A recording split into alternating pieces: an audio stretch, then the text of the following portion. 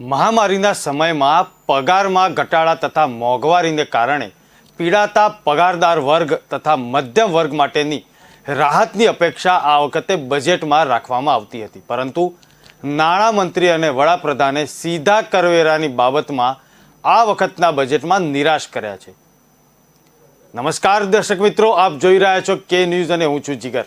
આપનું સ્વાગત છે કે ન્યૂઝના આ ખાસ કાર્યક્રમમાં કાલ, આજ અને આવતીકાલમાં દોસ્તો આપણા દેશનું રાજકારણ જાણે માત્ર આક્ષેપો અને પ્રતિ આક્ષેપો પર ચાલી રહ્યું છે। જો શાસક પક્ષ કોઈ કામગીરી કરે તો વિપક્ષના તાતા તીર છૂટે, તેની સામે વિરોધ પક્ષ આક્ષેપ કરે તો શાસક પક્ષ પણ જવાબ આપે તેમાં કંઈ ખોટું નથી, પરંતુ કોઈ નેતા સોલ્યુશન પર વાત કેમ નથી કરતા? આમાં પ્રજાએ શું સમજવાનું? વાત કરીએ 2016ના બજેટ પર। તે વખતે શું નિવેદન હતા પક્ષ અને વિપક્ષના, અને 2022ના બજેટમાં શું નિવેદન છે તેના પર નજર નાખીએ તો મિત્રો, 2016ની અંદર જે મોદી સરકારે બજેટ રજૂ કર્યું હતું નાણામંત્રી અરુણ જેટલીએ, તે વખતે વડાપ્રધાન નરેન્દ્ર મોદીએ શું કહ્યું હતું તે સાંભળીએ। गांव, गरीब, किसान, महिलाएं और युवा इस बजट का हमारा सबसे बड़ा फोकस है। इनके जीवन में क्वालिटेटिव चेंज लाने के लिए इसमें कई योजनाएं रखी गई हैं। यह बजट गरीबी से मुक्ति दिलाने के लिए समयबद्ध और व्यापक रूपरेखा प्रस्तुत करता है। गरीब से गरीब को पूछो, सामान्य से सामान्य व्यक्ति को पूछो, उसका एक सपना होता है अपना घर।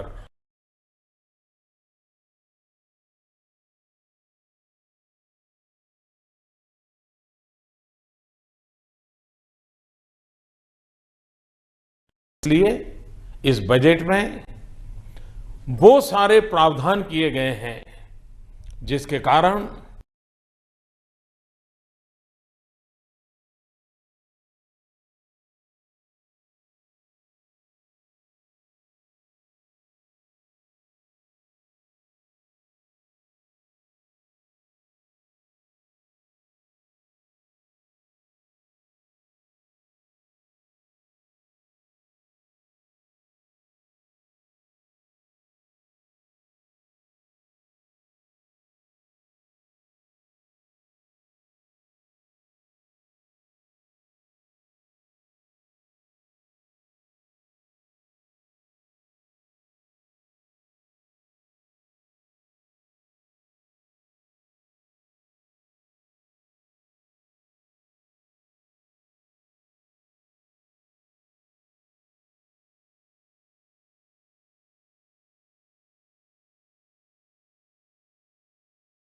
ये रखे गए। हमारा देश का दलित, हमारा आदिवासी अब एंटरप्रेन्योर बनना चाहता है। उसके सपने हैं, वो जॉब सीकर नहीं, वो जॉब क्रिएटर बनना चाहता है। उस सपने को साकार करने के लिए सरकार ने एक विशेष एंटरप्रेन्योर हब स्थापित करने का निर्णय किया है। देश का युवा वैश्विक चुनौतियों का सामना करे और उसे शिक्षा और तालीम के क्षेत्र में वैश्विक स्तर के अवसर मिले, इसके लिए पुराने कानूनों के नियमों को और बंधनों से हमारी शिक्षा दब गई। सरकारी और निजी क्षेत्र में 10-10 इंस्टीट्यूशंस को वैश्विक स्तर पर लाने के लिए एक चैलेंज रूट के द्वारा चुना जाएगा। आज मुद्दे राहुल गांधीए पण 2016 साथे साथे अलग अलग विषयों पर, अलग अलग मुद्दाओं पर सरकार ने सवालों कर्या हता। राहुल गांधी की शू प्रतिक्रिया थी ते जोईए। आपने बोला कि प्रधानमंत्री के शब्द का मतलब होना चाहिए, और यही सवाल पूरा हिंदुस्तान आज पूछ रहा है।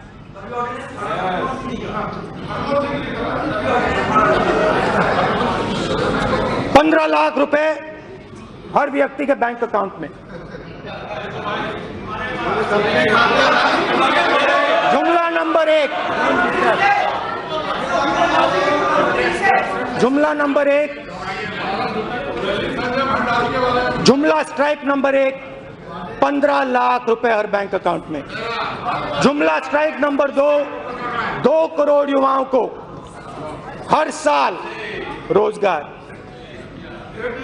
रोजगार पे चलते हैं। 2 करोड़ युवाओं को रोजगार देने की बात की थी। आप कौन सी दुनिया में हैं? प्लीज आप कौन सी दुनिया में हैं? मेरे पास यहाँ आंकड़े हैं, मेरे पास। मैं देख रही हूँ ना, उनका नाम लिया आपसे पहले। आप मत डिस्टर्ब करो उनको, बैठो। मैंने तुरंत उसको बोला, प्लीज प्लीज करके। 2016 और 17 में पूरे हिंदुस्तान में 4 लाख युवाओं को रोजगार मिला। ये लेबर ब्यूरो के सर्वे के डिटेल्स हैं, मेरे नहीं है, इनके आंकड़े हैं। हिंदुस्तान के युवा ने प्रधानमंत्री जी पे भरोसा किया था और हर भाषण में प्रधानमंत्री जी ने कहा था कि 2 करोड़ युवाओं को मैं हर साल रोजगार दूंगा। और सच्चाई है कि सिर्फ 4 लाख युवाओं को रोजगार मिला है। दूसरे तरीके से कहता हूं, जो काम चाइना 50,000 युवाओं को 24 घंटे में रोजगार देता है, उसी काम को आप लोग 400 युवाओं को 24 घंटे में काम देते हो। यह सच्चाई है इनके खोखलेपन की, यह सच्चाई है इनके शब्दों की। और जहां भी जाते हैं रोजगार की बात करते हैं। कभी कहते हैं पकौड़े बनाओ, कभी कहते हैं दुकान खोलो। रोजगार कौन लाएगा? रोजगार स्मॉल एंड मीडियम बिजनेसेस लाएंगे, छोटे दुकानदार लाएंगे, कंस्ट्रक्शन इंडस्ट्री में आएंगे। और आपने क्या किया?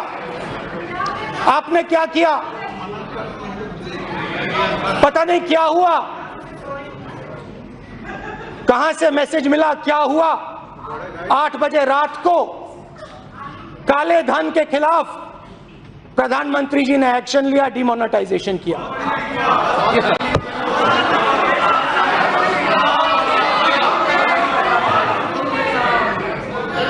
शायद समझ नहीं थी कि किसान, मजदूर, गरीब अपना धंधा कैश में चलाते हैं। मैं सूरत गया और सूरत के लोगों ने मुझे बताया कि प्रधानमंत्री जी ने सबसे जबरदस्त चोट हमें मारी है। मैंने नहीं बोला, उन्होंने बोला। और आज बेरोजगारी हिंदुस्तान में 7 साल से सबसे ज्यादा है। દર્શક મિત્રો, આ જે દ્રશ્યો આપણે જોઈ રહ્યા હતા લોકસભાના, તે વર્ષ 2016-17ના નાણાકીય વર્ષનું બજેટ જ્યારે રજૂ કર્યું પ્રધાનમંત્રી નરેન્દ્ર મોદીની આગેવાનીમાં મોદી સરકારે જ્યારે રજૂ કર્યું તે વખતના હતા। તે સમયે વડાપ્રધાને કહ્યું હતું કે તેમની સરકાર આ વખતે કૃષિ અને ખેડૂત કલ્યાણ પર ભાર આપવા જઈ રહી છે। વધુમાં તેમણે કહ્યું હતું કે આગામી 5 વર્ષ દરમિયાન ખેડૂતોની આવકમાં 2 ગણો વધારો કરવાનું લક્ષ્ય રાખવામાં આવેલું છે। જોઈએ વડાપ્રધાન મોદીએ તે વખતે શું કહ્યું હતું। खेत को पानी पहुंचाने की दिशा में एक बहुत बड़ा प्रयास है। गांव के विकास में बिजली और सड़क, इस महत्व को मैं और आप हम सब जानते हैं। इस बजट में 2019 तक देश के हर गांव को सड़क से जोड़ने का एक बहुत बड़ा अहम संकल्प है। प्रधानमंत्री ग्राम सड़क योजना में अब तक की सबसे बड़ी धनराशि का आवंटन किया गया है। साथ ही साथ 2018 2018 तक हर गांव में बिजली की सुविधा देने की व्यवस्था की इस बजट में स्पष्ट रूप से है। इससे ग्रामीण अर्थव्यवस्था को एक नई ऊर्जा मिलेगी, गति मिलेगी और सामान्य मानवी के जीवन में बहुत बड़ा बदलाव आएगा।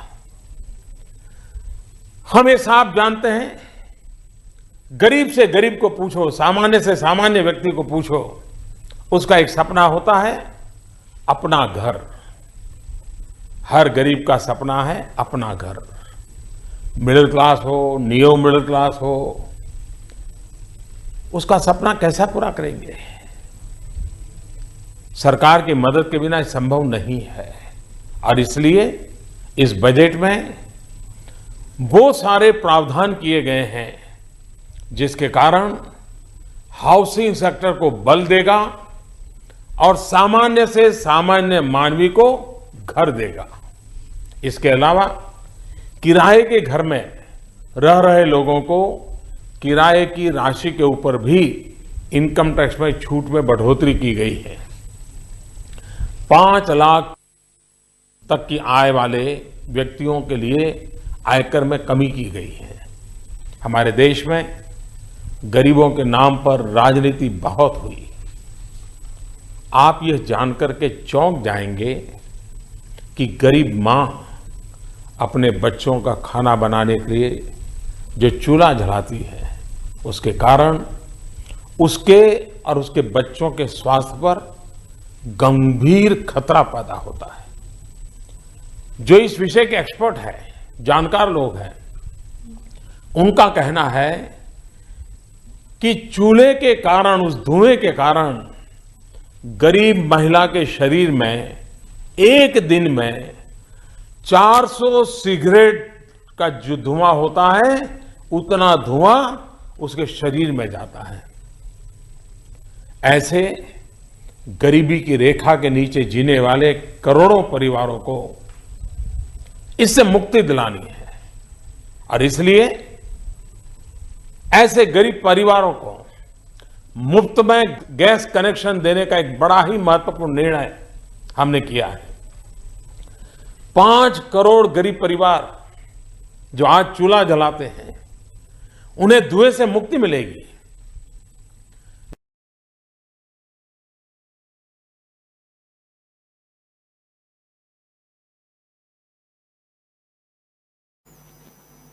માં લોકસભામાં રાહુલ ગાંધીએ પણ બેરોજગારી મુદ્દે સરકારને ઘેરી હતી।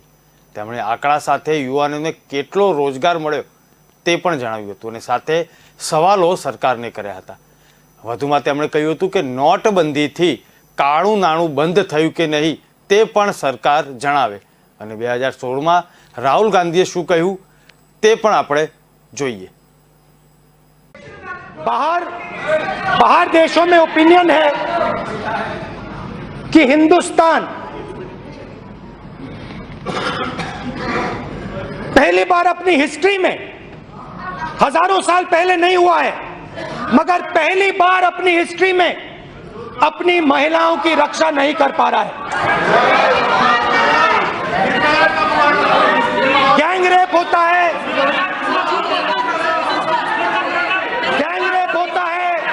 महिलाओं पे अत्याचार होता है।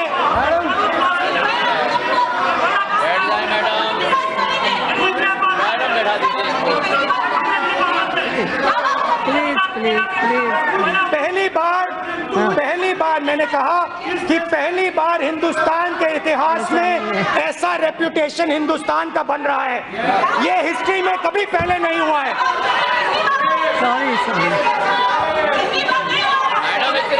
क्यों हो रहा है मैडम? जहां भी देखो,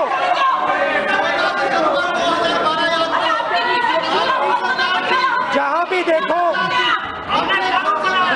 मैडम इतने उत्तेजित क्यों हो रहे हैं?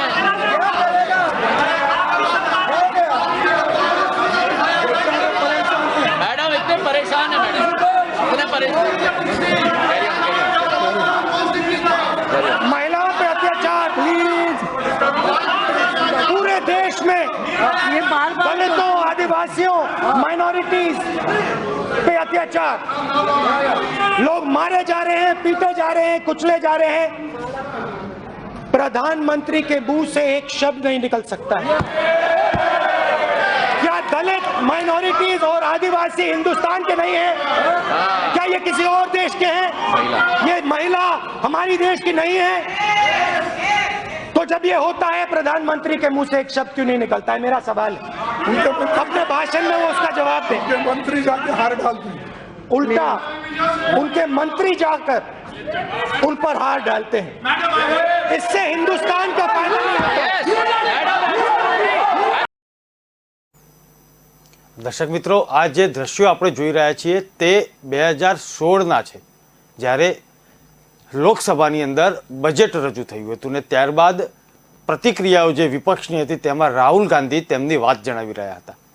વડાપ્રધાને પણ તે વખતે દેશભરમાં ખેડૂતોની આત્મહત્યાના વધતા મામલા અને નબળા ચોમાસાના ખતરાનું અનુમાન લગાવીને પાક બરબાદ થવાની સ્થિતિમાં વડાપ્રધાન પાક વીમા યોજના અંતર્ગત રાશિ ફાળવી હતી અને તે ઉપરાંત એવી જાહેરાત પણ કરી હતી કે સૌથી વધુ વીમાનું વળતર તે વખતે મળી રહે તેવી જાહેરાતો બજેટની અંદર કરવામાં આવી હતી. તે ઉપરાંત રોજગારી મુદ્દે પણ તે વખતે સરકારે 2016માં પણ બજેટની અંદર પ્રાવધાન કર્યું હતું. જોઈએ વડાપ્રધાને શું કહ્યું. उसे हमें मुक्ति दिलानी है. इस बजट में सामान्य आय वाले इस वर्ग को टर्नओवर पर प्रिजम्पटिव टैक्स भरने से इन प्रक्रियाओं से मुक्ति मिल जाएगी. ये एक बहुत बड़ा सरलीकरण इस टैक्स बजट सिस्टम में किया गया है. मैं फिर एक बार श्रीमान अरुण जेटली जी को बधाई देता हूं और देशवासियों को विश्वास दिलाता हूं कि ये बजट आपके सपनों के करीब है. आपने सपनों को साकार करने के लिए सरकार की प्रतिबद्धता को पूरी ताकत के साथ, योजना के साथ प्रस्तुत किया.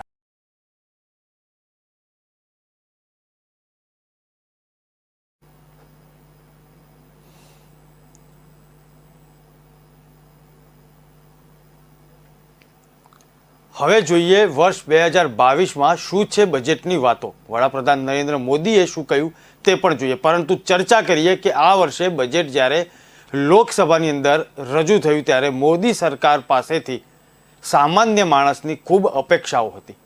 સામાન્ય માણસ, મધ્યમ વર્ગનો માણસ કરવેરામાં રાહત મળે તેની આશ લઈને બેઠો હતો, પરંતુ આ વખતે નિરાશ થવું પડ્યું હતું.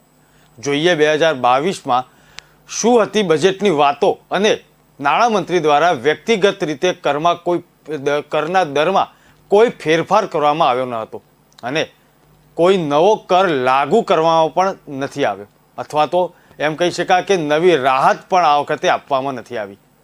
ત્યારે મહામારીના સમયમાં પગારમાં ઘટાડા અને મોંઘવારીને લઈને પીડાતા પગારદાર વર્ગ તથા મધ્યમ વર્ગ માટે આ વખતે રાહતની અપેક્ષા હતી, પરંતુ તેવું કાંઈ જ થયું નથી. જોઈએ 2022ના બજેટ વખતે વડાપ્રધાન નરેન્દ્ર મોદીએ શું કહ્યું. 100 साल की भयंकर आपदा के 100 साल की विकास का नया विश्वास लेकर आया है.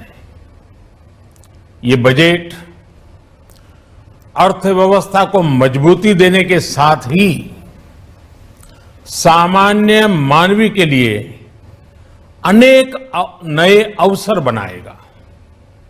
ये बजट मोर इंफ्रास्ट्रक्चर, मोर इन्वेस्टमेंट, मोर ग्रोथ और मोर जॉब्स की नई संभावनाओं से भरा हुआ है. और एक नया क्षेत्र और खुला है और वो है ग्रीन जॉब्स का. ये बजट तत्कालीन आवश्यकताओं का भी समाधान करता है और देश के युवाओं के उज्जवल भविष्य को भी सुनिश्चित करता है. ये पिछले कुछ घंटों से देख रहा हूं जिस प्रकार से इस बजट का हर क्षेत्र में स्वागत हुआ है. सामान्य मानवी की जो सकारात्मक प्रतिक्रिया आई है उसने जनता जनार्दन की सेवा का हमारा उत्साह अनेक गुना बढ़ा મહામારીના સમયમાં એક તરફ આવકમાં ઘટાડો થયો છે અને મોંઘવારી પણ દિવસે દિવસે વધી રહી છે, ત્યારે બજેટ પર ઘણી આશાઓ હતી, ખાસ કરીને સામાન્ય જનતા અને મધ્યમ વર્ગ અને નિમ્ન મધ્યમ વર્ગના જે લોકો છે તેમને પણ ઘણી આશાઓ હતી, પરંતુ આ વખતે તે આશાઓ ઠગારી નીવડી છે। દર્શક મિત્રો, જ્યારે વિપક્ષમાં કોંગ્રેસ બેઠું હોય અને કોંગ્રેસ તરફથી તેની પ્રતિક્રિયા ન આવે તેવું બને જ નહીં। આ વખતે પણ રાહુલ ગાંધીએ બજેટને લઈને ખૂબ મોટી વાતો કરી હતી અને જે બજેટ જે છે તેને વખોડ્યું હતું। આવો જોઈએ રાહુલ ગાંધીએ 2022ના બજેટ વિશે શું કહ્યું।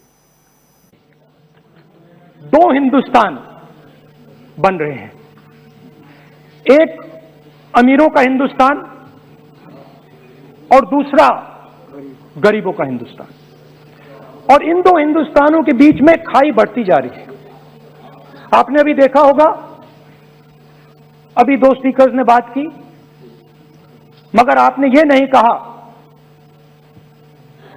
कि रोजगार ढूंढने के लिए उत्तर प्रदेश में, बिहार में रेलवे की नौकरी के लिए वहां पे युवाओं ने क्या किया और क्या हुआ, इसके बारे में आपने नहीं बोला। गरीब हिंदुस्तान के पास आज रोजगार नहीं है। प्रेसिडेंशियल एड्रेस में बेरोजगारी के बारे में एक शब्द नहीं था, और पूरे हिंदुस्तान में आज हिंदुस्तान का युवा रोजगार ढूंढ रहा है। हर स्टेट में, उत्तर प्रदेश, बिहार, सब जगह हिंदुस्तान का युवा एक ही चीज मांग रहा है, रोजगार हमें दे दो, और आपकी सरकार नहीं दे पा रही। आपको मैं आंकड़ा देना चाहता हूं, इस पिछले साल 3 करोड़ युवा रोजगार खोए हैं। आप बात करते हो रोजगार देने की, 2021 में 3 करोड़ युवा रोजगार खोए हैं। 50 साल से सबसे ज्यादा बेरोजगारी आज हिंदुस्तान में है।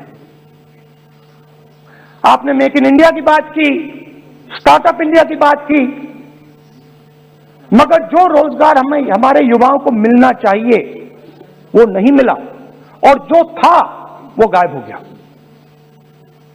और ये सच्चाई है, और इस सच्चाई को आप ही पहचानते हो, क्योंकि आपने भी अपने भाषणों में रोजगार के बारे में कुछ नहीं कहा। कितना रोजगार पैदा किया गया है, किस प्रकार किया गया है, उसके बारे में आपने नहीं बोला, और आप बोल भी नहीं पाएंगे, क्योंकि अगर आप बोलेंगे तो हिंदुस्तान का युवा आपकी ओर देख के कहेगा कि ये मजाक कर रहे हैं। तो ये स्थिति पैदा कैसे हुई?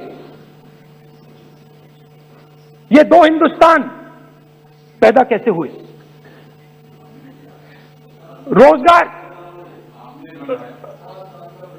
रोजगार स्मॉल और मीडियम इंडस्ट्री और जो हमारा इनफॉर्मल सेक्टर है उधर बनता है। રાહુલ ગાંધી જ્યારે સરકાર પર આકરા પ્રહારો કરી રહ્યા હતા તેમણે કહ્યું હતું કે સરકાર રોજગારી આપવામાં સદંતર નિષ્ફળ નીવડી છે। તેમનું એ પણ કહેવું હતું કે જે ઔદ્યોગિક જે ગૃહો છે અથવા તો જે એક સેક્ટર જે છે અમુક વર્ગને જ ફાયદો થઈ રહ્યો છે તેવું પણ તેમણે આક્ષેપ કર્યા હતા। તેમણે વધુમાં જણાવ્યું હતું કે નવા ભારતના નિર્માણની વાતો સરકાર કરી રહી છે, પરંતુ તેમની બે મોઢાની વાતો છે, કારણ કે જે ઉદ્યોગો જે છે તેને પ્રોત્સાહન આપવામાં આવે છે, પરંતુ રોજગારી ક્યાં છે, યુવાનોને રોજગારી કઈ રીતે આપવામાં આવી તે પણ એક તેમણે સવાલ ઊભો કર્યો હતો। જાણે આ વખતનું બજેટ જે છે તે એક ખાસ વર્ગને પ્રભાવિત કરતું હોય તેવું પણ લાગી રહ્યું છે। તેમણે આવા એક આક્ષેપ કર્યા હતા બજેટ જ્યારે રજૂ કર્યું સરકારે ત્યારે। આવો જોઈએ વડાપ્રધાન મોદીએ શું કહ્યું તેની પ્રતિક્રિયા પણ જોઈએ। दलित, पिछड़े ये सभी वर्गों को मिलेगा। इस बजट का एक महत्वपूर्ण पहलू है गरीब का कल्याण। हर गरीब के पास पक्का घर हो, नल से जल आता हो, उसके पास शौचालय हो, गैस की सुविधा हो, इन सभी पर विशेष ध्यान दिया गया है। इसके साथ ही आधुनिक इंटरनेट कनेक्टिविटी पर भी उतना ही जोर है। जो भारत के पहाड़ी क्षेत्र हैं, हिमालय का पूरा पट्टा, जहां जीवन आसान बने, वहां से पलायन ना हो। સરકાર એક તરફ પોતાના જે બજેટ જે રજૂ કરેલું છે તેના વિકાસના ફાયદા ગણાવી રહી છે. વડાપ્રધાન પણ વારંવાર જે નાગરિકો છે તેને બજેટના ફાયદા અને બજેટમાં શું પ્રાવધાન મૂકેલું છે તેના ફાયદા ગણાવતા થાકતા નથી. તેમણે વધુમાં જણાવ્યું હતું કે ભારતના અર્થતંત્રમાં વૃદ્ધિના દરનો અંદાજ 9%થી ઉપર છે અને આ દુનિયાના મહાકાય અર્થતંત્રોથી પણ વધારે છે. વડાપ્રધાને વધુમાં કહ્યું હતું કે ચાલુ નાણાકીય વર્ષની દેશની મધ્યસ્થ bank reserve bank of India દ્વારા બ્લોકચેઇન અને અન્ય ટેકનોલોજીનો ઉપયોગ કરીને ડિજિટલ રૂપિયો બહાર પાડવામાં આવશે, જેનાથી દેશના અર્થતંત્રને બળ મળશે. વધુમાં તેમણે કહ્યું હતું કે વર્ચ્યુઅલ ડિજિટલ એસેટના વેચાણ પરથી આવક જે થાય છે તેના પર 30% કર લાગશે. વડાપ્રધાન એક તરફ બજેટ જે છે તેના ફાયદા ગણાવી રહ્યા હતા, ત્યારે વિપક્ષમાંથી રાહુલ ગાંધી બજેટના જે ભૂલો જે છે અથવા તો બજેટની અંદર જે ખામીઓ જે છે તે ગણાવતા હતા. જોઈએ રાહુલ ગાંધી શું ખામીઓ ગણાવી રહ્યા છે. फॉर्मल सेक्टर में मोनोपोलीज बन रही हैं. किसी भी आप सेक्टर में देखिए, और सबसे दो मोनोपोलिस्ट के बारे में थोड़ा सा बोलूंगा. उसको वो कोरोना के समय अलग अलग वेरिएंट्स आते हैं ना, डेल्टा, ओमिक्रॉन, वो AA वेरिएंट है. और वो पूरा का पूरा हिंदुस्तान के की जो अर्थव्यवस्था है उसके अंदर फैल रहा है. आपने बात દોસ્તો, એક તરફ રાહુલ ગાંધી તેની ખામીઓ ગણાવી રહ્યા હતા, ત્યારે વડાપ્રધાન બજેટની વાહવા કરવામાં થાકતા નથી અને દેશના નાગરિકોને બજેટની અંદર જે ફાયદાઓ જે છે તે ગણાવી રહ્યા છે. જોઈએ વધુ એક ફાયદો શું ગણાવ્યો તે. उत्तर प्रदेश, झारखंड, बिहार, पश्चिम बंगाल, इन राज्यों में गंगा किनारे नेचुरल फार्मिंग को प्रोत्साहन दिया जाएगा. इससे मां गंगा की सफाई का जो अभियान है उसमें मां गंगा को केमिकल मुक्त करने में भी बहुत बड़ी मदद मिलेगी.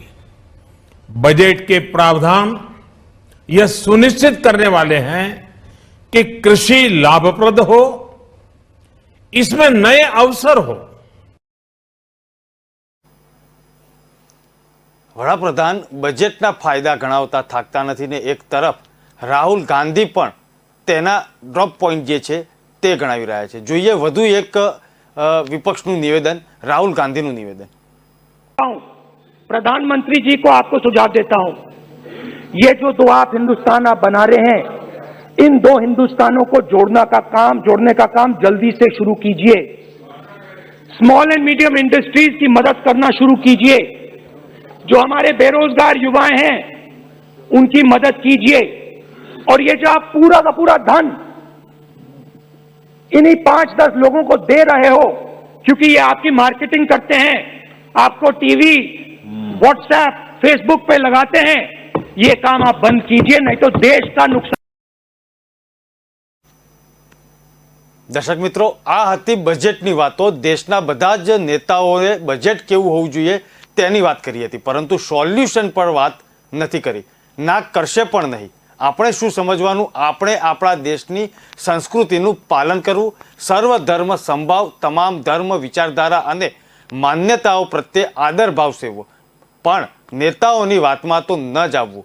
એટલું ચોક્કસ છે. ફરી મળીએ મુદ્દાઓ, પક્ષો અને નેતાઓની નિવેદનબાજી સાથે. ત્યાં સુધી જોતા રહો કે ન્યૂઝ. ધન્યવાદ.